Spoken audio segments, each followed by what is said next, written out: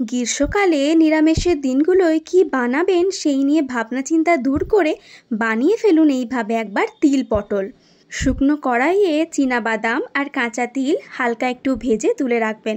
তারপর সেই কড়াইয়ে সামান্য তেল দিয়ে 5 ফোড়ন শুকনো লঙ্কা দিয়ে একদিক চিড়ে রাখা গোটা গোটা পটলগুলোকে ভালো করে ভেজে নিতে হবে। যেই সময় পটল ভাজা হবে ঠিক সেই সময় কাঁচা পোস্ত, ভেজে রাখা সাদা তিল, চীনাবাদাম, 2টো শুকনো লঙ্কা, সামান্য একটু জল দিয়ে একটা পেস্ট বানিয়ে রাখবেন।